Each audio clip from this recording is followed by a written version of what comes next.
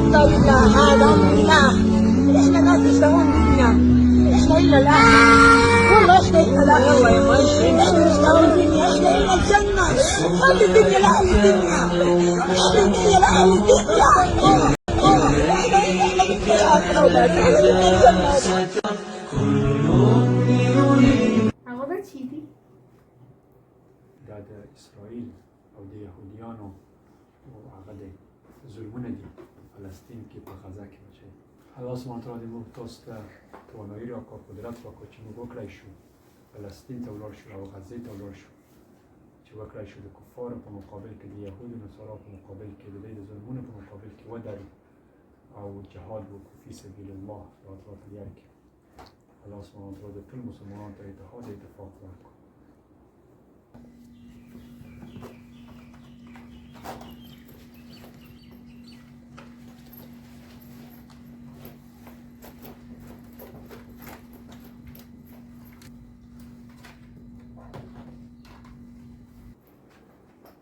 بابا بله بچه چه تو فرستید؟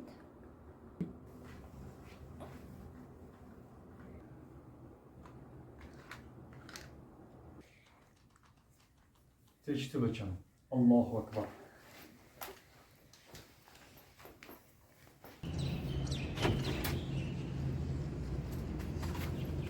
بسم الله توكلت على الله لا حول ولا قوة إلا بالله سي بچم سي بابا ده چه خبره؟ ها بچم روش کمکش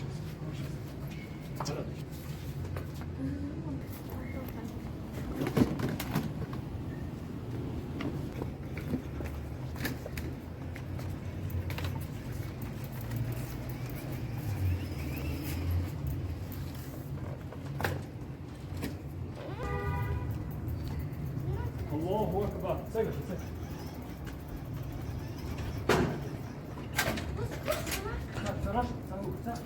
الله أكبر